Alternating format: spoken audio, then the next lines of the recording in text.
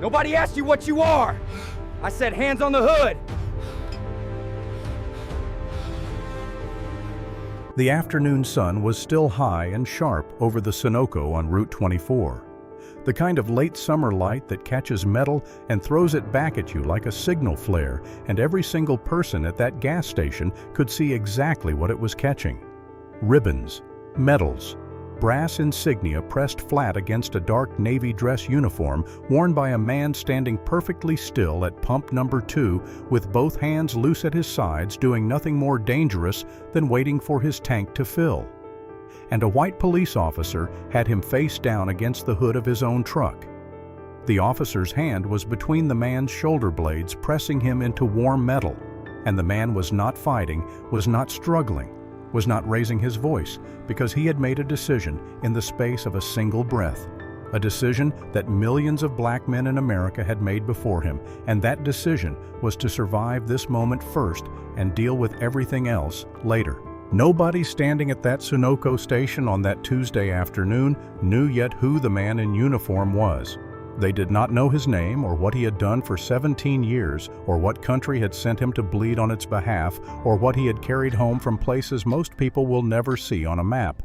3 things would become clear in the next 47 minutes.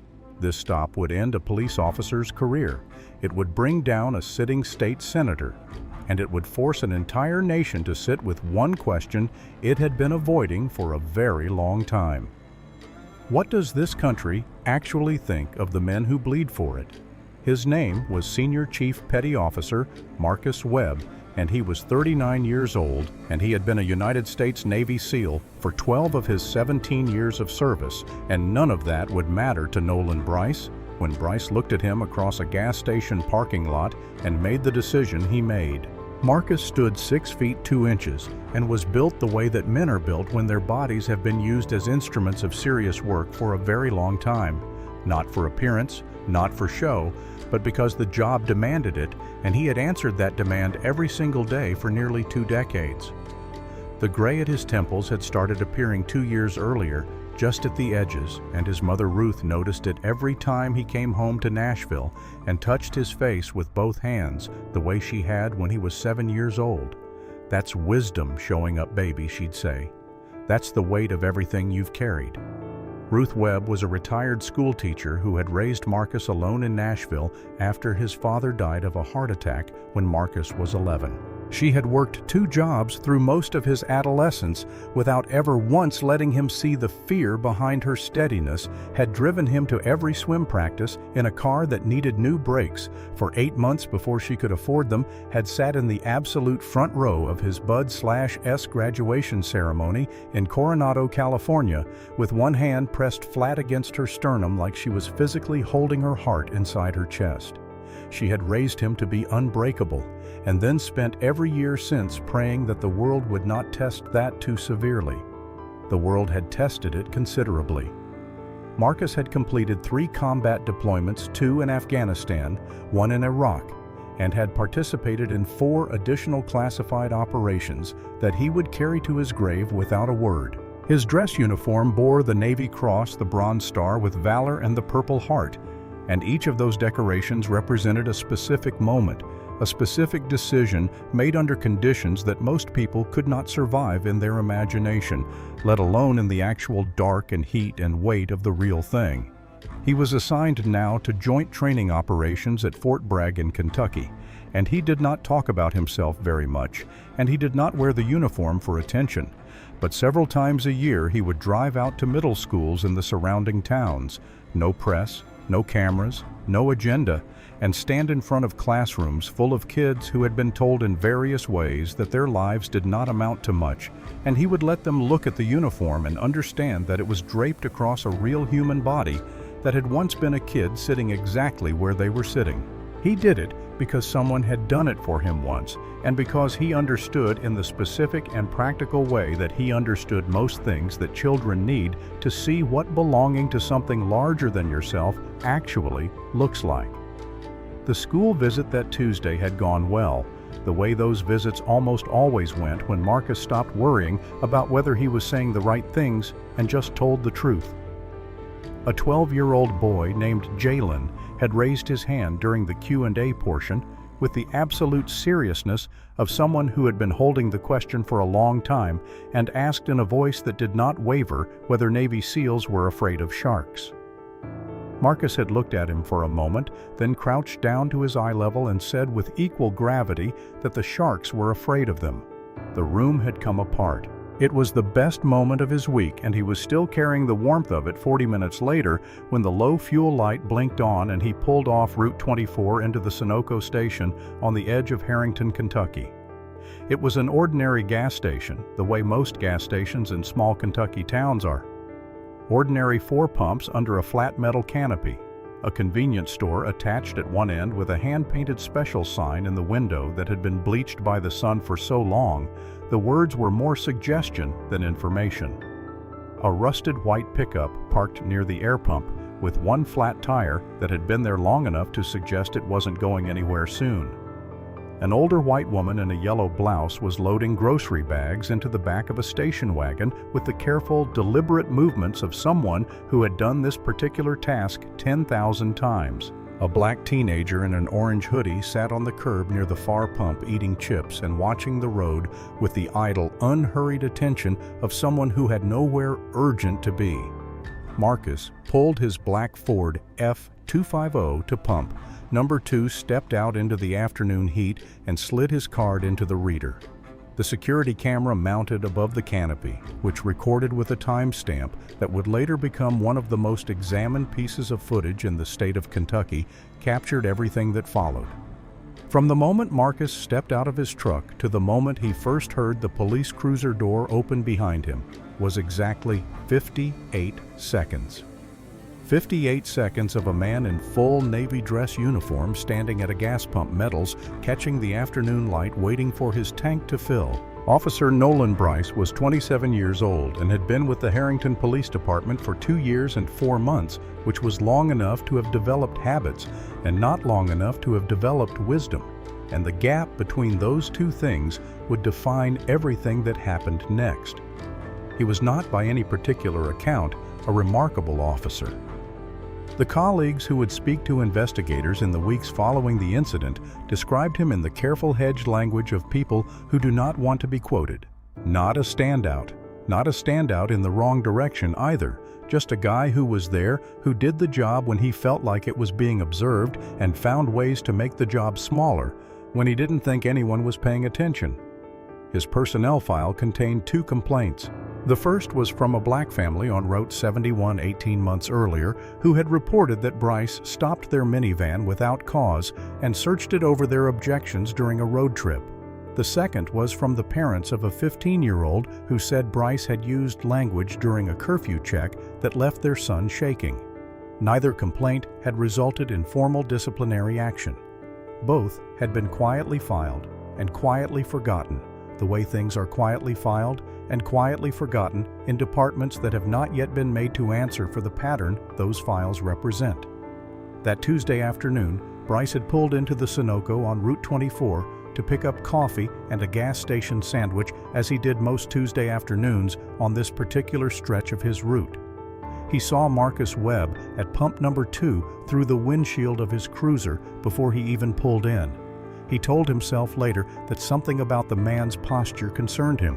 He told himself he was doing his job.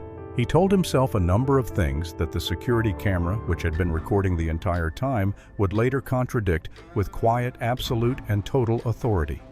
Bryce approached from behind, which meant Marcus heard him before he saw him.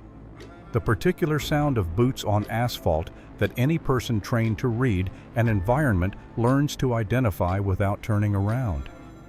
Marcus turned slowly and with complete deliberation, the way a man turns when he has spent 12 years training his reflexes to remain under conscious command, even when his body is telling him something different. And he looked at the officer, and his face was neutral and his hands were loose and visible at his sides, and he said, "Good afternoon." Bryce looked him up and down. His eyes moved across the dress uniform, across the ribbons and the medals, across the gold trident pin of a naval special warfare operator, and whatever those things meant to the part of his brain that had been trained to recognize military insignia, they did not appear to mean anything to the part of his brain that was making decisions. He told Marcus to show ID and step away from the vehicle without stating any reason, without introducing himself, without anything that resembled the professional courtesy that any situation required. Marcus did not step away from the vehicle immediately. He looked at Bryce with the measuring, assessing gaze of a man who has spent years reading threats for a living, and he asked calmly and precisely what this was about. Bryce repeated the order. His voice had an edge to it now. Marcus identified himself, his rank, his branch, his current assignment at Fort Bragg, clearly and without aggression, the way a man states facts that he believes should matter. Bryce's jaw tightened. He said he wasn't asking again. What happened next was the moment that would later be replayed on every major news network in the country, though nobody standing at that Sunoco knew that yet. Bryce grabbed Marcus's arm, and Marcus Webb went absolutely, completely, terrifyingly still. Any person who has ever trained seriously in hand-to-hand combat will tell you that there are two different kinds of stillness, and they are nothing alike. There is the stillness of a person who has surrendered, and there is the stillness of a person who has assessed the situation in full, determined that they could end it in approximately 3 seconds, and made the conscious and deeply painful decision not to, because the cost of that decision, even if every instinct in their body is screaming otherwise, is too high. Marcus Webb was very still. He said in a voice so controlled it barely sounded like a voice, "I am not resisting. My hands are visible. I am a United States military service member in uniform, and I need you to state clearly why I am being detained." Bryce called for backup.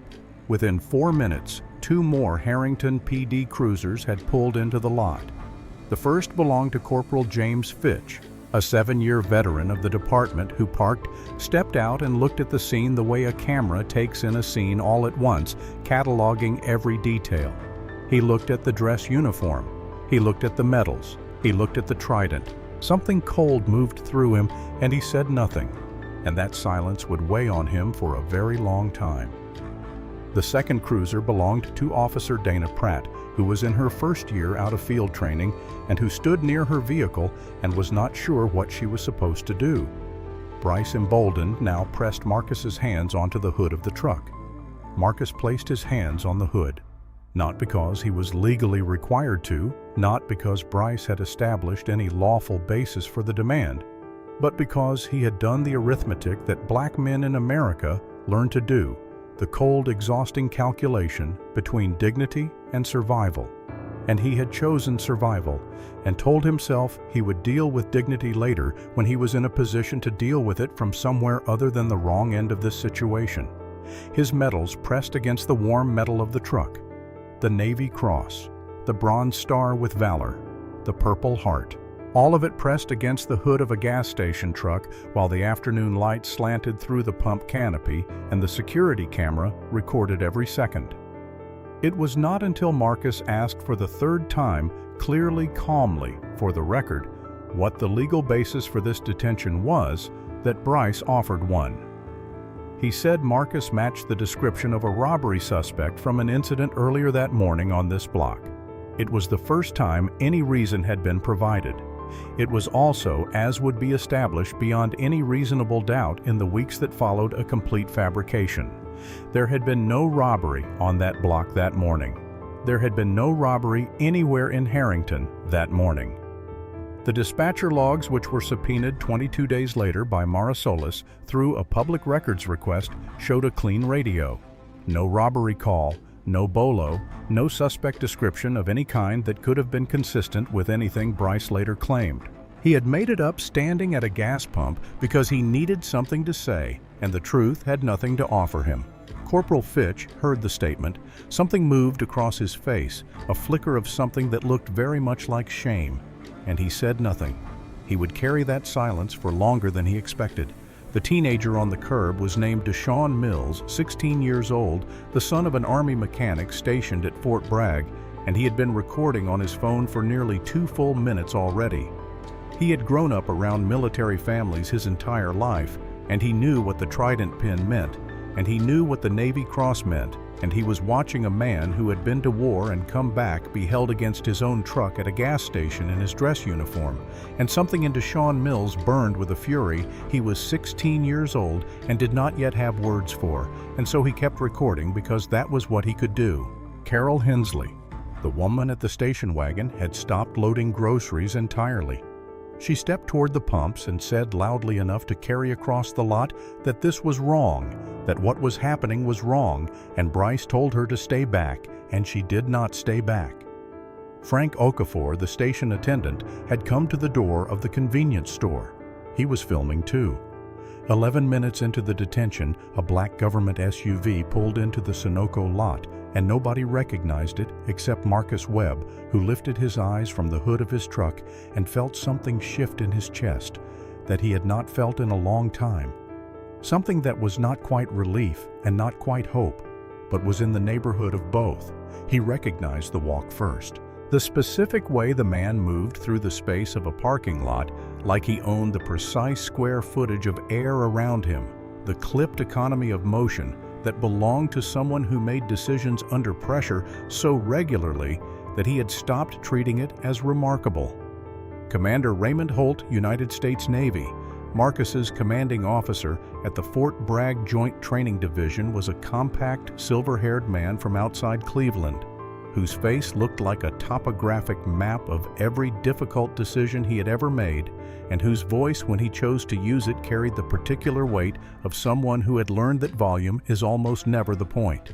He had gotten the call through a chain that started with Deshaun Mills calling his father Gerald from the curb of that gas station, while his phone was still recording Gerald Mills, Airman First Class, who had looked up the base duty officer's number with shaking hands and made the call he needed to make. And Holt had diverted from a base meeting immediately without ceremony, the way he diverted from anything that required him to be somewhere else. He walked into the Sunoco lot, and the entire geometry of the situation changed. Bryce saw the SUV first and straightened reflexively the way people straighten when authority they recognize arrives. Then he saw the rank insignia on Holt's collar, and his expression did the math, and the math did not produce a comfortable answer. Fitch took 2 involuntary steps back. Pratt went entirely still near her cruiser. Carol Hensley watched with her arms crossed and her groceries abandoned on the asphalt. Deshaun's phone was still recording. Holt walked to Bryce without rushing. He asked in a voice so precisely controlled that every person at that gas station fell silent to hear it for the legal basis of this detention. Bryce began to explain. Holt let him finish, and then he began to dismantle the explanation one piece at a time, the way a man dismantles something he has already determined is not structurally sound. He told Bryce that he had been on the phone with the department's dispatch for the 6 minutes it took him to drive here, and that there was no robbery, and no bolo, and no call, and nothing. The radio had been clean all morning, and they both knew it. Then he listed Marcus's decorations by their full and complete official titles: the Navy Cross, the Bronze Star with Valor, the Purple Heart. Each one stated into the silence of that parking lot in the flat documentary voice of a man who is making absolutely certain that every person within earshot understands what they are looking at and what has been done to it. He said his next call was to the Secretary of the Navy. He said it the way a man states a fact.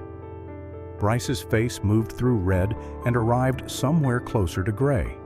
His justification was gone, and the cameras were rolling, and everyone present understood both of those things at exactly the same moment. Holt turned to Marcus. Their eyes met across the hood of the truck, and what passed between them was the specific wordless language of men who have been through the kind of things that resist description, a language built from shared experience and the particular grief of having to keep fighting battles that should have been settled long ago. Holt asked quietly if Marcus was all right. Marcus straightened up from the hood of his truck. He smoothed his jacket. He adjusted the line of his medals with one deliberate hand. He said, "Yes, sir, I'm all right," and he meant about 60% of it, and Holt knew the rest, and neither of them said so, because there are things that men who have been through hard things together do not need to say out loud. There was one person at the Sunoco on Route 24 that afternoon who had not been identified in any of the initial accounts. not in Deshawn's video, not in the statements that witnesses gave to investigators in the days that followed, not in the first wave of news coverage that broke across the state like a weather system that had been building for years and finally made landfall. That person was State Senator Dale Whitfield of Kentucky, who had pulled his silver sedan into the far end of the lot before any of this began, intending to use the restroom before a campaign stop 15 minutes down the road. Whitfield was a two-term state senator who had built a significant portion of his political identity around a specific and loudly held position that law enforcement officers in Kentucky were being unfairly maligned by a media that manufactured narratives that the men and women with badges deserved the community's full and unquestioning support, and that anyone who suggested otherwise was either naive or operating in bad faith. He had delivered versions of this speech in church halls and county fairs and campaign fundraisers across the state for 6 years. And he was good at it, and he believed enough of it that the parts he didn't believe didn't trouble him much. He watched the entire incident from behind his windshield. He watched Bryce approach Marcus from behind. He watched Marcus's hands go to the hood of the truck. He watched the metals press against the metal. He watched Fitch arrive and say nothing. He watched Holt pull in and dismantle Bryce's justification piece by piece. His aide, a young woman named Cassie Dorn, said at some point, "Senator, should we?" And Whitfield said, "Let's see how this plays out." When Holt's confrontation with Bryce reached its conclusion, Whitfield started his car. He put it in reverse. He was going to leave. He did not make it out of the parking lot. Mara Solis was 29 years old and had been covering the Harrington Police Department for the Harrington Courier-Tribune for 5 months, working a background story on racially biased traffic stops in Montgomery County that she had built almost entirely from public records, complaint logs, and interviews with residents who had mostly agreed to talk to her only after she had sat across from them for long enough that they believed she was serious. She had a police scanner in her car, as she had every day for 5 months, and she was 4 blocks from the Sunoco on Route 24 when the dispatch traffic spiked in a way that made her turn the car around. She arrived in time to catch the tail end of Holt's confrontation with Bryce, caught the key exchange on her recorder, every word of it clean and clear, and she had been scanning the lot the way she scanned every scene she walked into, cataloging details when she recognized the silver sedan at the far end of the lot. She had seen that car in the parking lots of 3 separate campaign events she had covered. She knew exactly whose it was. She walked directly in front of it before it could back out, recorder in hand, and knocked on the driver's window. And when it came down 3 inches, she asked State Senator Dale Whitfield on the record whether he had observed the incident from beginning to end. The pauses in his answers were longer than the answers themselves. He said he had observed an officer doing his job. She asked if he had observed that officer fabricate a robbery report as the basis for a stop that had no lawful foundation. The window went back up. By then, 3 other people had phone cameras pointed at his car. The story that ran 36 hours later in the Courier-Tribune under Mara's byline carried a subheading that read, "Senator watched decorated Navy SEAL detained without cause, said nothing and tried to leave." It received 2 million views in the first 4 hours. Deshawn Mills posted his video at 4:52 in the afternoon while he was still sitting on the curb of the Sunoco on Route 24 chip bag, forgotten on the asphalt beside him, and he added no caption and no commentary because he had watched what happened and he didn't think it needed any. The footage ran for 58 seconds. It showed Marcus Webb standing at pump number 2 in his full Navy dress uniform, the Navy Cross and the Bronze Star and the Purple Heart clearly visible on his chest. His hands pressed to the hood of his truck. His face turned slightly to one side in that particular expression of controlled stillness that people who watched it later kept coming back to, not defeat, not surrender, but something harder and more complicated than either of those things. And then, 11 seconds from the end, Bryce's hand appeared between Marcus's shoulder blades and pressed him down into the metal. Those 11 seconds were what made it spread. By 6 o'clock that evening, the video had 90,000 views. By 9 o'clock, it had passed 1 million. By the following morning, it was on CNN and Fox News and MSNBC and every major print outlet in the country. And Deshaun Mills, 16 years old, son of an Army mechanic, was sitting next to his father, Gerald, on the sets of morning shows, answering questions with the plain, unperforming seriousness of a kid who had not yet learned to give the answer people wanted to hear instead of the one that was true. He said the same thing everywhere he went. He said, "I could see his medals. I don't understand how you look at that and decide he's a threat." The response from the military community cut across every line that normally divides that community branch age rank background with a unity that most observers had not seen in a long time. The hashtag #StandWithChiefWebb trended nationally for 48 hours. Naval Special Warfare Command released a formal statement of full support. The Secretary of the Navy placed a personal call to Marcus's phone. Marcus missed it. His phone was off. He had driven back to base, changed out of his dress uniform, and turned his phone off, and he was sitting on the edge of his bed in the quiet, and he was staring at the wall. He called his mother. Ruth Webb picked up on the second ring and went quiet in the way that she went quiet when her body understood something before her mind had finished processing it, the particular silence of a woman who had been half expecting a call like this for 17 years and had spent those years hoping she was wrong. "Tell me," she said, and he did. He told her about the gas station and the officer and the 58 seconds and Holt arriving and the cameras and the senator trying to leave, and he told her all of it the way he told things plainly, in order, without performing the emotion of it, because the emotion of it didn't need his help. When he finished, Ruth was quiet for a moment that lasted long enough to contain a great deal. Then she said, "Baby, I want you to hear something." She told him that they could grab his arm, and they could push him down, and they could press his medals against the hood of a gas station truck in front of every camera in the state of Kentucky, but they could not take a single thing from him. Not one medal, not one mission, not one moment of who he was or what he had done or what it had cost him to do it. She said, "You held yourself together when you didn't have to, and that is not weakness. Marcus, that is the strongest thing I have ever heard of anyone doing."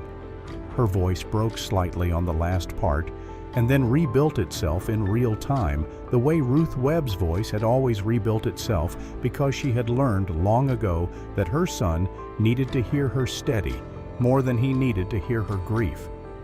Marcus didn't say much. He listened to his mother breathe on the other end of the phone, and that was enough, and neither of them said so because they didn't need to. Before they hung up, she said, "Come home soon." He said, "Yes, ma'am." After the call, he sat for a while longer, and then he lay down, and he did not watch the video, not that night, not the next day, not once in all the months that followed. Not the original clip, not the news segments, not the compilations, not the reaction videos. He understood the full scope of what had happened without needing to see himself in it.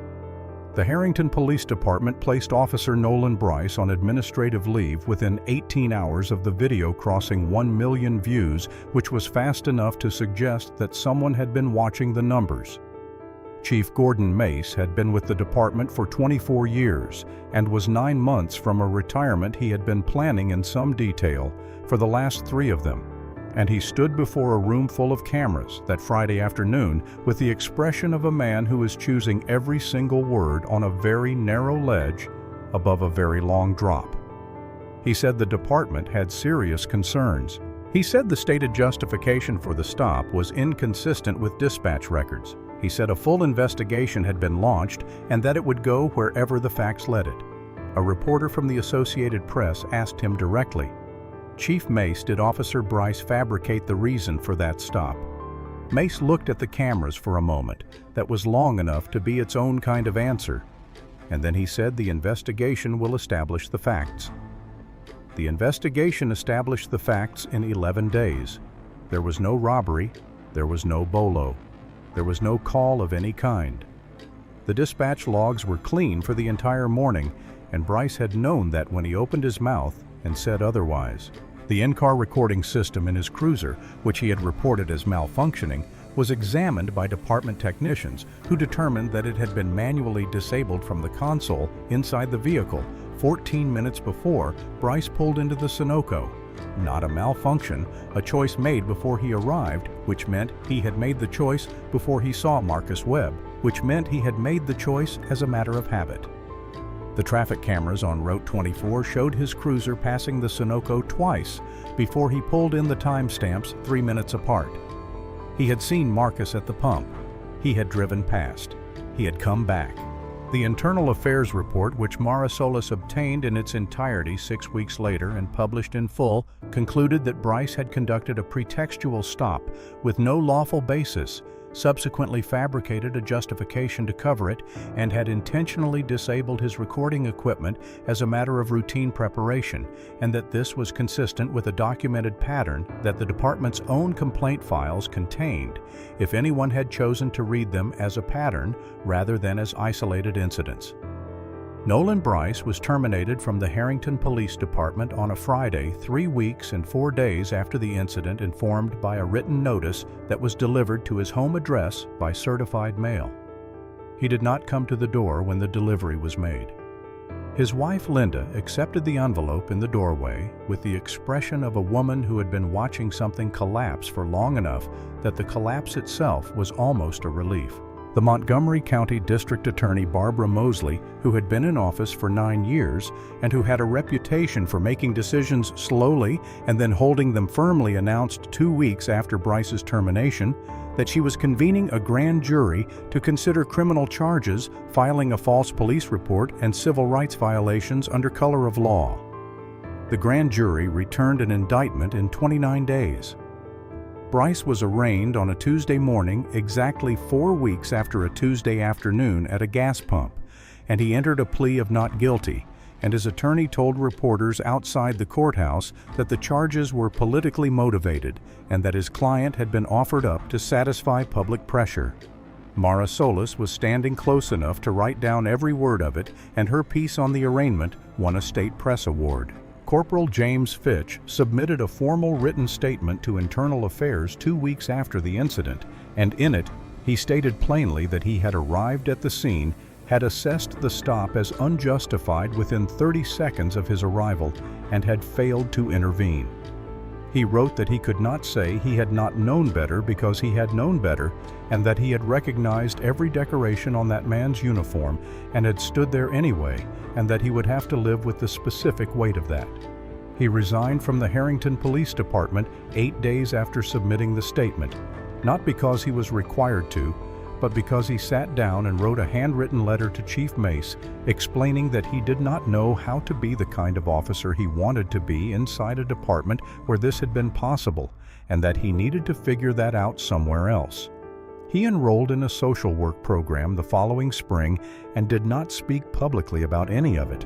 Officer Dana Pratt was placed in mandatory counseling and department retraining, and she remained on the force, and in a memo that was never intended to leave the building but found its way to Mara Solis's inbox through an anonymous source she had written, that she kept seeing his face and the way he just stood there, and that she had known it was wrong and been scared, and that she understood that was not good enough. It wasn't. But it was honest, which was more than some people managed.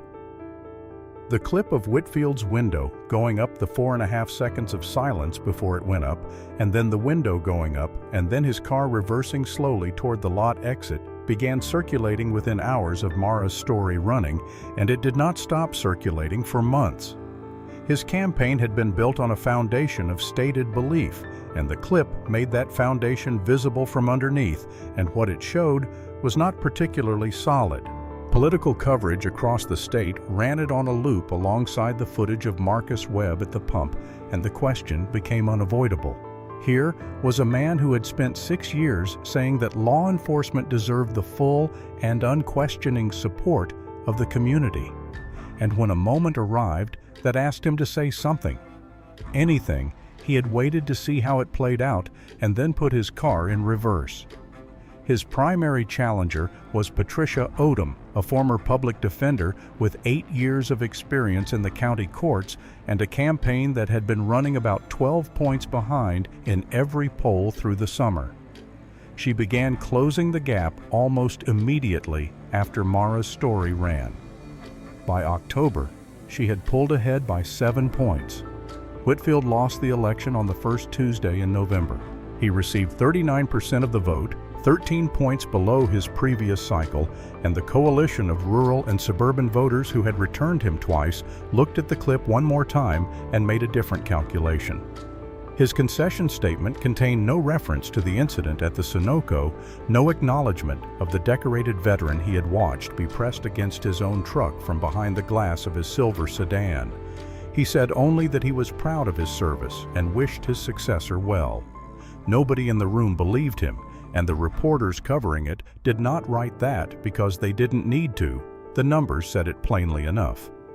Cassie Dorn, his aide, resigned 3 days after Mara's story ran without a public statement. She was hired 6 months later as communications director for a veterans advocacy organization based in Louisville, where she worked by all accounts very hard. Mara Solis did not stop when the election was over. She filed a public records request for 5 years of Harrington PD traffic stop data and published what she found 4 months after the incident, a pattern documented in plain and readable numbers of stops in which the justification entered into the record did not match what the dispatch logs showed. Bryce was not an aberration.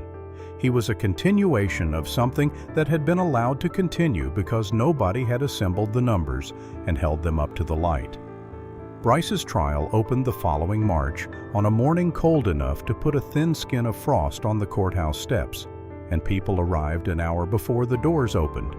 Anyway, veterans in unit hats and heavy coats, community members who had driven from across the county, a row of reporters in the back with coffee cups and press credentials, and in the corridor outside the courtroom, the people who could not get seats stood and followed the proceedings through the murmur that filtered through the heavy wooden doors. The room had the feeling of a place that understood its own weight.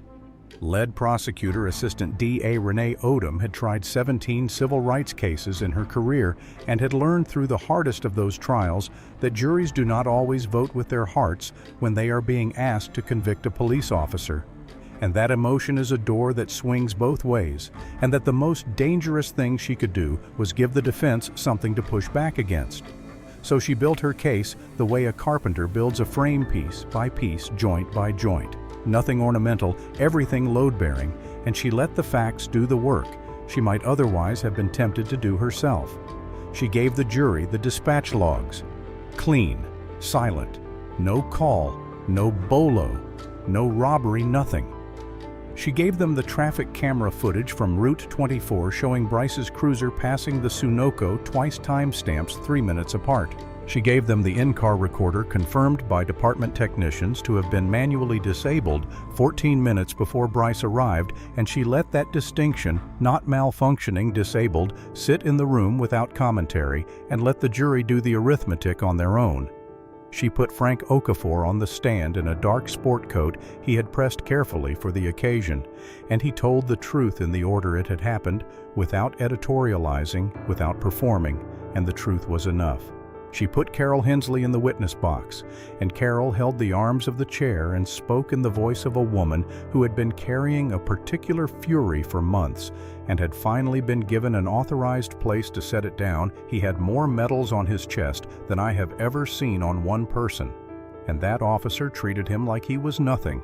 Commander Raymond Holt took the stand in full dress uniform and described what he had found at that gas station in the flat, documented language of a man writing an incident report. No theater, no grief visible on the surface. All of it caged somewhere further back and listed Marcus's decorations by their full official titles, and the detachment of it devastated the room more thoroughly than tears would have because it was the cage that was visible, and that was the worst part of all. Marcus did not testify.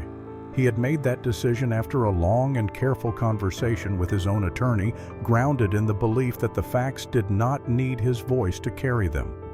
He sat in the gallery on the first day of the trial, and he sat there on the last day in dark jeans and a simple jacket, nothing announcing or signaling, and he watched everything with the same controlled attention he had brought to every difficult thing in his life, and he did not look away once. When the jury foreperson stood and read the verdict guilty on both counts, the room did not erupt. What happened instead was something quieter and in some ways more complete. A collective exhale, the sound of people releasing something they had been holding in their bodies for months.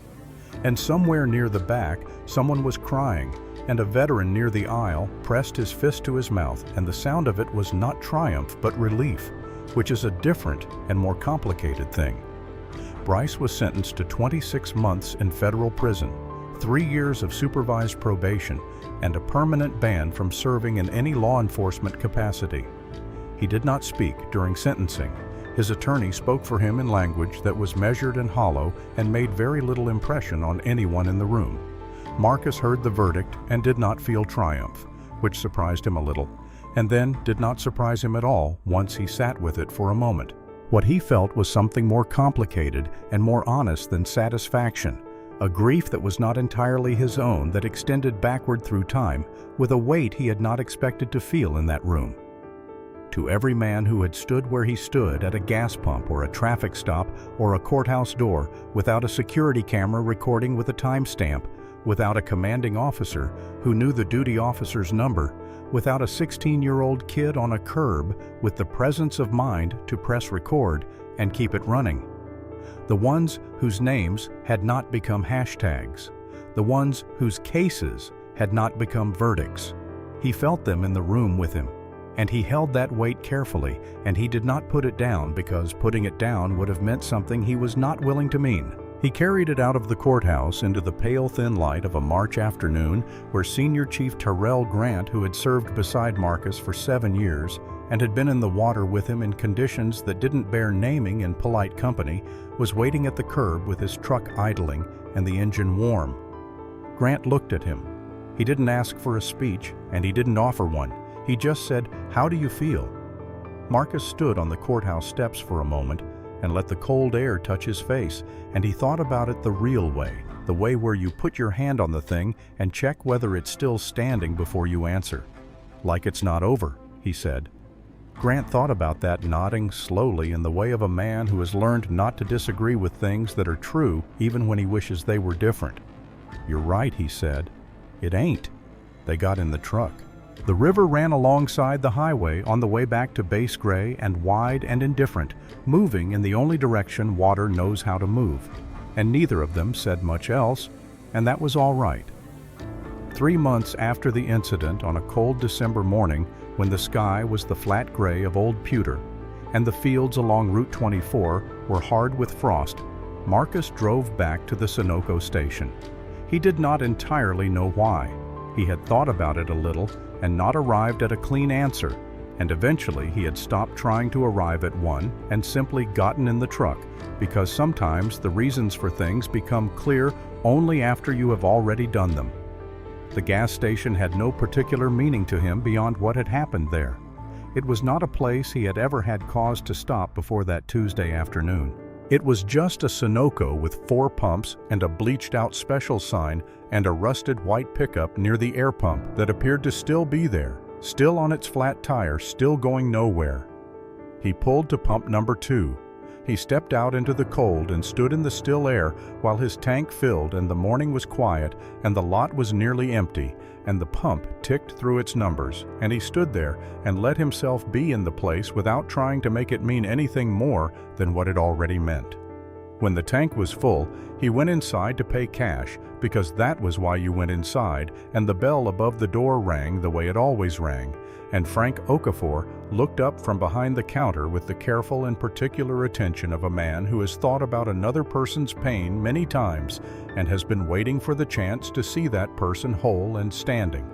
Marcus did not see the photograph until he was already at the counter. Frank had printed the image that had circulated most widely in the days after the video went viral, the one taken from the security camera showing Marcus in full dress uniform standing at pump number 2, his medals catching the afternoon light, his posture impossibly straight, and he had mounted it in a simple black frame and hung it on the wall behind the register, and beneath it he had taped a piece of paper on which he had written in careful block letters, "American Hero. Always welcome here." Marcus stood at the counter and looked at himself for a moment. at the version of himself from that afternoon, decorated and still and pressed against the warm metal of his own truck. He didn't say anything right away. Frank watched him from behind the counter with the quiet, steady presence of someone who has earned the right to witness a thing without needing to fill the silence around it. "That's a good man in that picture," Frank said quietly. Something shifted in Marcus's face. Something released, just slightly, just at the edges, like a door that had been held closed for a long time with a great deal of effort, and the effort had not stopped, but the door had moved a little. "I appreciate that," Marcus said. He paid for his gas and shook Frank's hand and walked back out into the cold December morning and drove back to base through a landscape that was gray and bright and entirely still. When he got back, Tyrell Grant was waiting outside the barracks. "You all right?" Grant asked. Marcus thought about it the real way, put his hand on it, checked. "Yeah," he said. "I'm all right." "Good," Grant said, "because Holt wants us in the briefing room in 20 minutes and he's already in a mood." Marcus laughed, a real laugh, sudden and full, the kind that surprises itself, and they walked into the building together. Deshaun Mills received a personal letter from Marcus 6 months after the verdict, written by hand on plain paper, which said, among other things, that courage does not require rank or age or a uniform, and that what Deshaun had done at that gas station, standing up pressing record, refusing to look away from a thing that was wrong, even when looking away would have been so much easier, had mattered more than he might ever know, and that Marcus wanted him to know it from the person who had been at the center of it. Deshaun is currently enrolled at a state university studying journalism. His first media ethics professor keeps a printed still from the original video taped to her office door, and beneath it, in her own handwriting, a note that says, "This is why it matters." Frank Okafor's photograph is still on the wall behind the counter of the Sunoco on Route 24. The frame a little dustier now, the man in it just as still, just as decorated, just as unbroken. Ruth Webb keeps a printed copy of Mara Solis's long-form profile of her son on the coffee table in her living room in Nashville. She has read it more times than she can count, on the days when she is proud, and on the days when she is afraid, and on the days when she needs to be reminded that she raised someone who held himself together when everything in the world was trying to tell him he wasn't worth the holding. Marcus served 3 more years in the United States Navy before receiving an honorable discharge at the age of 42. He settled in Nashville close to his mother, and he and Commander Holt, who retired the year after the trial, co-founded an organization called the Trident Foundation, which provides legal resources, counseling, and advocacy for military veterans who have experienced discrimination or rights violations during or after their service. It is not a grand gesture. It is a building constructed piece by piece, the way Marcus had always built things he intended to last. And the people it has helped number in the hundreds now, and that number grows every year, and neither Marcus nor Holt talks about it very much because talking about it was never the point. What happened at the Sunoco on Route 24 was not only one man's story, even though it happened to one man, even though it was his medals pressed against that hood and his 58 seconds recorded by a security camera that did not blink. It was a mirror held up to something much larger, to a question that this country has been asked before and will be asked again until it finally decides to answer it honestly. Marcus Webb carried 17 years of sacrifice in 3 combat deployments and a chest full of decorations to a gas pump on a Tuesday afternoon and was made to feel like a threat. And he did not crack, and he did not lower himself to the level of what was being done to him. And he stood straight with his hands visible and trusted that the truth would do its work if someone was watching. Someone was watching. Because a 16-year-old kid on a curb had the courage to press record. That is the lesson, and it does not belong only to Navy SEALs. Sometimes courage looks like a teenager with a half-eaten bag of chips who decides that looking away is not something he is willing to do.